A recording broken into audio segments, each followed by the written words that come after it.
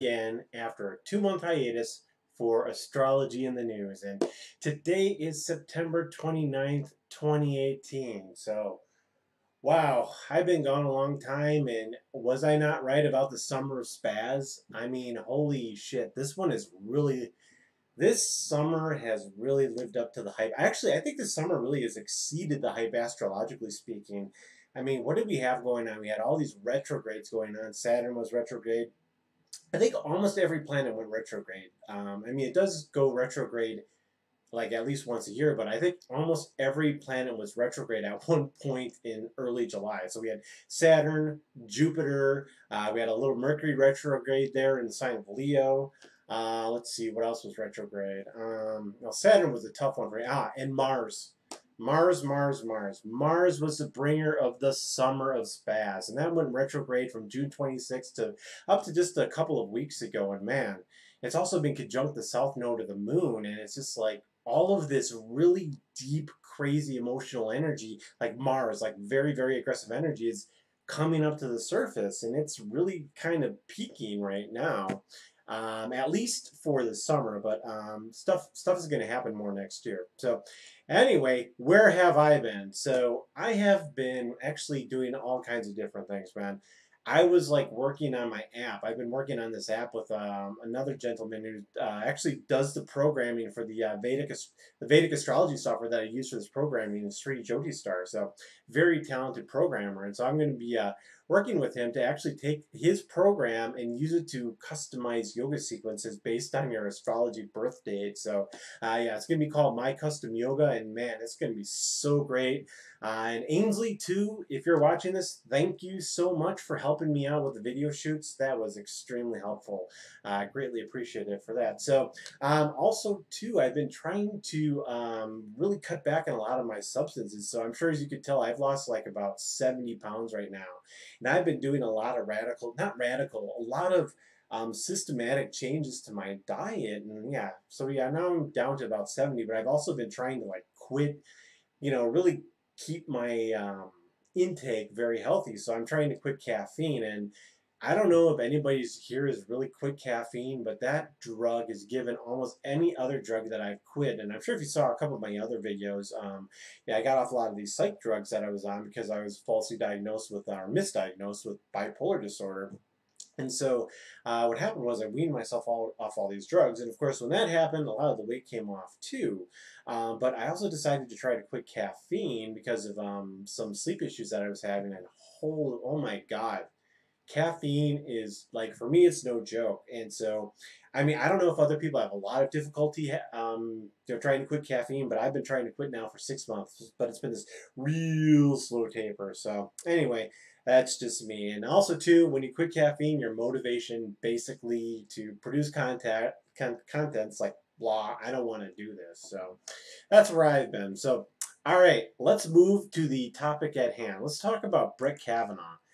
What's up with Brett Kavanaugh? Oh my God! So this has really been the focus of the summer of spaz. And if anybody's really familiar with U.S. politics, Brett Kavanaugh is been put up. He was put up about 2 months ago, right? Just almost as about as Mars was going retrograde. So you can kind of see the timing of this.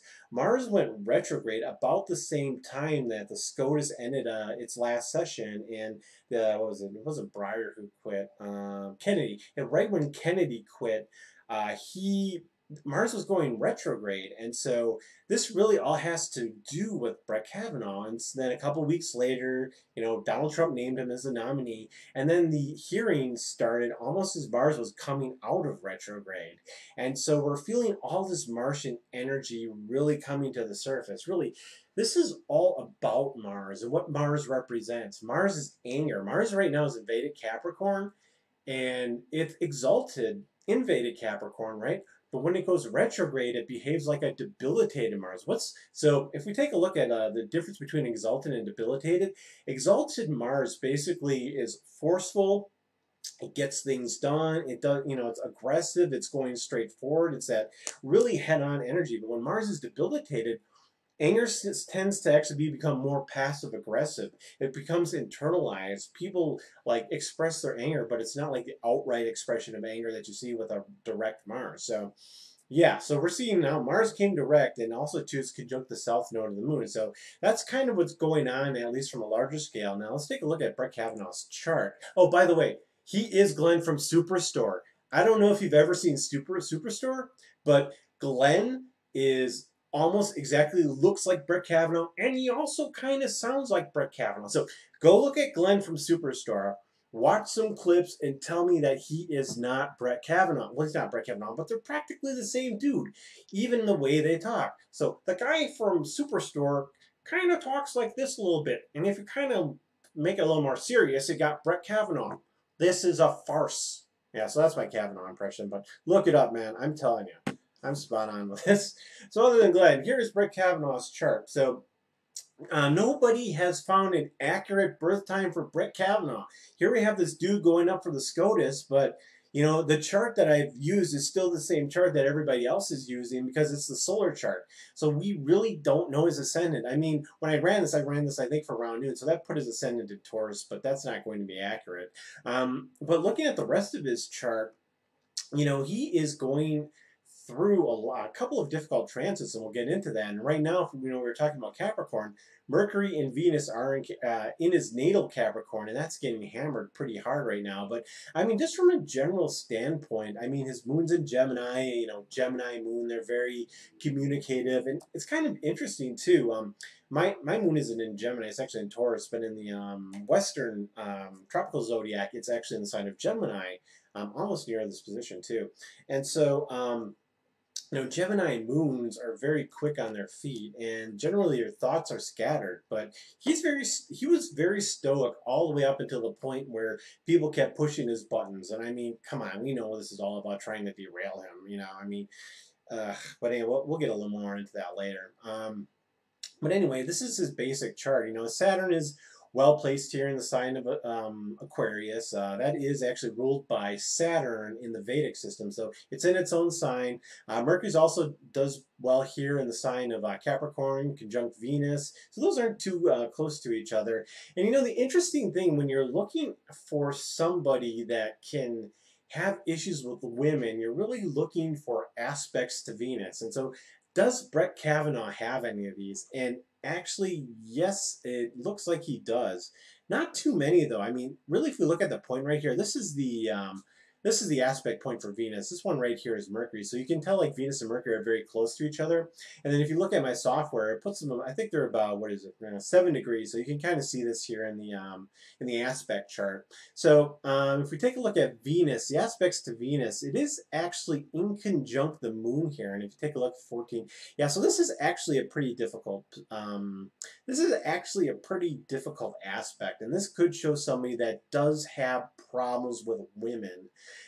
How those actually come out could be very different though. So this could be a guy that's really shy, right? You know, kind of like those creepy type dudes. I mean, I'm not trying to call Kavanaugh creepy, but you kind of think of these guys that kind of come up to you and like, you know, they're like, how do I put it? They try to impress you with their, like a nerd. This is like nerd love. That's how I'm saying, because his Mercury and Venus are in Capricorn. Capricorn are very solid earth signs, and so they're very logical. You know, he has a very logical mind. Also, do Mars here is in Libra. I'm sorry, Virgo. And so this man really is a logical man.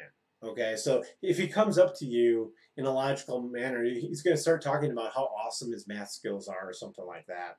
And that could be pretty off-putting. Also, too, I mean, take a look. I mean, the moon is in Gemini. That's a very Gemini thing to do. Sorry, Gemini, it's your nerds, okay? I'm a Gemini. No, I'm not a Gemini. I got a couple planets in Gemini, so I'm a little bit of the part of the nerd herd. I said I have my moon in Gemini. So anyway, basically, if I were to approach you and I start talking to you about my math problems and how, hey, my math has some problems, and start talking to you about math problems and how good I am at solving them, that's going to kind of put people off. So I think that's kind of the relationship he had with women in high school. Now let's take a look at his chart here as far as transits are going. And he has a lot of stuff going on, especially here in the sign of Capricorn. So if you look at, let's see, Mars and the south node of the moon here, they're very, very close to his Venus and Mercury. So, I mean, he is actually coming out of this, though. Actually, no, I'm sorry, I take that back. Actually, Mars is going to go right back over his Venus. So I think that, let's see, Will he get confirmed? Now that's a good question. I actually cannot tell by looking at his chart whether he will get confirmed or not. It's very, very difficult because we don't know his ascendant. And if we knew his ascendant, then we could see what sign ruled the 10th house of career, and we could see where the 9th house is, the house of law and stuff like that. But we really can't get that from his chart. Now, the one thing that I think is very fascinating, and I really was wondering this about Amy Coney Barrett. So I did predict her to win the, or actually get appointed. I thought Trump was going to pick Amy Coney Barrett. And yeah, I think that's her name, Corey. Anyway, um, and so the reason why I did that is I'm wondering if she is almost in the works. So she was like the second runner-up. And the reason why I bring this up is if you take a look at her chart, this is her chart and the transit chart for today. And when I took a look at her chart, when I was doing my, if you go look back at my SCOTUS predictions, you can see here that in Capricorn, she's got the Sun and Rahu, and Mars and Ketu are all transiting this. And this is all going toward her Sun and North Node. So I am really wondering if Kavanaugh's not going to get confirmed and she goes up instead. And now this is like a little bit of an out there theory. I mean, I don't have a birth time for her either. So the trouble with using solar charts, like I said, is you don't know where the 10th house is and the Lord of the 10th and like how that rules career. And so, but looking at this chart, I really wonder what's going on in Amy's life right now, because just like Brett, that's probably, his sign of Capricorn is probably the one for fame and attention. I forgot which one. I think that might be the second house, but that's just a guess. Now, her house, I'm really wondering what's going to be going on with her, because Mars is going to be transiting closer. Right now, it's conjunct her Rahu, which is desire, wanting to fill ambitions, and then it's going to be transiting her Sun, which is an executive position. So the sun really represents rulership, the president, the king in Vedic astrology. So, I'm really wondering if something may not come about from this. So this is just a theory I have, and it's going to be interesting to kind of see what happens next week. So I don't know. I'm just kind of something I'm throwing out there. Now, prediction modification. This is another prediction that I did get wrong. I was actually pretty close on the Amy. I actually got 1 out of 5, and she was the second runner-up, so that was pretty good. But anyway, beyond that, the California proposal, I actually predicted this to go through, and of course the California Supreme Court has a conspiracy against me to fuck up all my predictions, so screw you. No, that's not happening. But what was interesting is it got on the ballot, and then the Supreme Court knocked it off. And so the reason why I'm not calling this a failed prediction is because when originally this came to the forefront, I ran California's birth chart up against the transit chart, and I was just like, oh wow, this is an extremely active chart. And so if we take a look at it here, I was looking at specifically California was founded at a very important time in history, or a very important planetary conjunction. It's when Uranus and Pluto were conjunct in the sign of Aries. Now, around this time, I think this was around 1850. Maybe a little later than that, but it wasn't too far away from the Civil War. The other time that this happened was in the early 60s when the civil rights marches and all that happened. So, and it's kind of interesting. California embodies that vibe a little bit. Now, the interesting thing here is they're almost at a Uranian return. And so when this Uranian return happens, this happens like once every 86 years, it's going to also be transiting the natal Pluto. So I'm really thinking that California is going to get upended one way or another. And even though it's not going to happen this election cycle, Uranus is still ingressing into this, and it'll probably be very close to the presidential election 2020 when it gets there. I think it's going to be a little bit beyond it, but really keep an eye on California because this chart is extremely active. I mean, there's so much going on. So, all right. And then now I wanted to take a look at the U.S. midterms chart, and I apologize a little bit. This one's a little grainy. But anyway, so the last time I did this, I was really talking about how we really have to wait until after summer, like around October, to really get a good idea of what's going on. So, and I was saying that because of all the stuff that was going to happen over summer. and seeing how active the United States chart was and just how active astrologically everything was, it was very, very difficult to make a prediction. But what I did say is that the Vedic chart was a wash, and the Western chart favored Democrats. And when I say wash, basically that would mean Republicans keeping the House, Senate, and the House and the Senate. I would consider a Democratic victory having them pick up one of the houses, either one, the House or the Senate. So now looking at this chart again, I don't know if anybody here follows John Paulo de Coco, but he brought up a theory that instead of having Saturn represent the Democrats, have Uranus represent the Democrats, because really Saturn is all about hard work, down to earth, and Saturn is also somewhat conservative. However, Uranus is really progressive. It's all about sudden change. It's all about the revolution.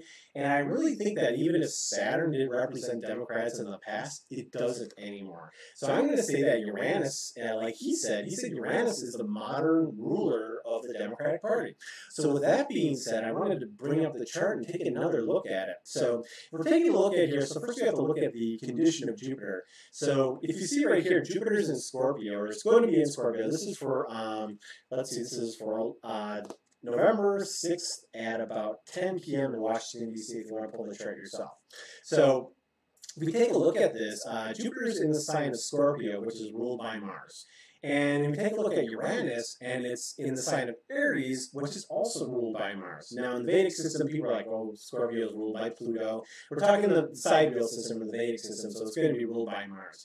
What really makes this interesting is the depositor, the ruler of both of these signs, is going to be right here. It's going to be Mars, and Mars is right here on the cusp of Aquarius. And the exact degree that when I pulled this chart is like 0.3 minutes ingressing into Aquarius. So this is very interesting because this is really ruling both of these planets at the time, Mars and Jupiter. So it's almost just like somebody is not going to show up. This is going to be an election where some people, I think, that turnout is going to be what wins it. And you know, it's interesting, if we're going to talk about turnout, if Mars is slightly ingressing into the sign of Aquarius, that's the sign that's ruled by Uranus, at least in Western astrology. So you can almost kind of attribute Aquarius to be Uranus, and it's kind of slowly creeping in there. It's kind of on the clock, right? Semantic Hebrew. Everybody loves it. So this almost gives Mars a very, very slight advantage to Uranus. But really, if you think about it, Mars is going to be working its way into Aquarius the whole election day. So it's almost like you can't really tell which way it's going to go just by the placement of the Lord of the House. So if you take a lot in the look at the aspects that Mars had, Mars right now is almost square Uranus. So the Democrats are feeling a lot of angry pressure, or there's pressure on that particular planet. Now, Jupiter right here during the election is going to be somewhat close to a square with Jupiter here, or Mars and Jupiter are going to be square. So that's a little bit of a stressful aspect on the Republicans. Now, if we want to just go by pure stressful aspects, you take a look here at Uranus. Now, it's going to be kind of in this T-square with the nodes of the moon, and that's a little transformative. So that's a lot of stress on the Democratic Party, and it's also, check this out, it's opposed a retrograde Venus here. And so it's almost like people are falling out of love with the Democrats. It's almost like this. So if you take a look at the Walk Away campaign, I mean, it's not huge. I think people made it up a little bit bigger than it actually is. I mean, you go there and it's pretty much Republicans saying, yeah, hey, look, we joined another group of Republicans. But what you have here is basically it looks like people are just like not feeling the love for the Democrats. That's how I'm putting that Uranian-Venus opposition. Venus is also retrograde in its home sign of Libra, too. So this is almost kind of like, a very interesting aspect. So I'm going to give, so taking a look at this, and this is a very short analysis, I'm going to give I think the Republicans are going to keep the House and the Senate, but it's going to be an extremely hard fight. I think it's going to be one of those things where they're going to have to. It's really going to see like how much can they absorb, how many House seats. And I think it's about 36 last time I checked. I think they could probably lose about 30 of them, but the House I think is going to come down a very narrow razor edge, and I think the Republicans are going to maintain a slight advantage in the Senate. So, and that's all because of Uranus's really rough aspects here. Jupiter has a couple rough aspects too. I mean, you can even see Jupiter's in conjunct to Uranus itself, and that's just kind of like a lot of subconscious boiling energy. That's called a quincunx, and that's just how that works out. So, it's going to be a very, very interesting election. I mean, or midterm election. This one's a little bit difficult to call. It's very, very close, but I'm going to give the Republicans a very, very slight advantage with the possibility of the Dems taking one of the House. That would be a victory. So that is my prediction for that. So, all right, it's been fun, and I'm really hoping to do a lot more of these.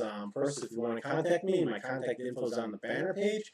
Otherwise, have a good day, and for God's sakes, stay sane, and remember, you don't have to get wrapped up in other people's drama, regardless of what they tell you. Have a good evening.